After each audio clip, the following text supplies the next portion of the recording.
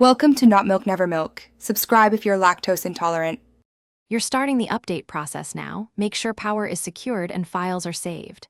Open Settings, go to Update and Security, then Windows Update. Click Check for updates so Windows can scan for the latest patches and drivers. You'll see progress details, download then install, so watch status messages. Once download begins, let the system complete without interruption. This reduces corruption risk. If updates require multiple restarts, Windows will list them and prompt you when it's time to restart. Once scanning finishes, you'll manage how updates apply. Open optional updates to pick driver patches or feature updates. Only install what you trust.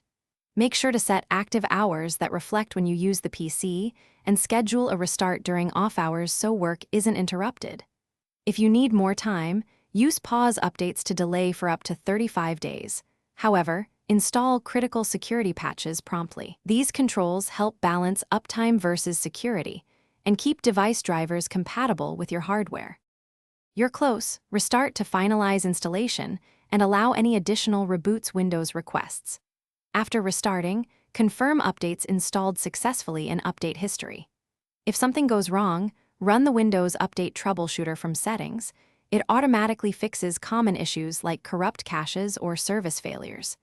As a key tip, if an update breaks functionality, use uninstall updates or roll back a driver immediately. Then pause updates and research the specific KB number before retrying.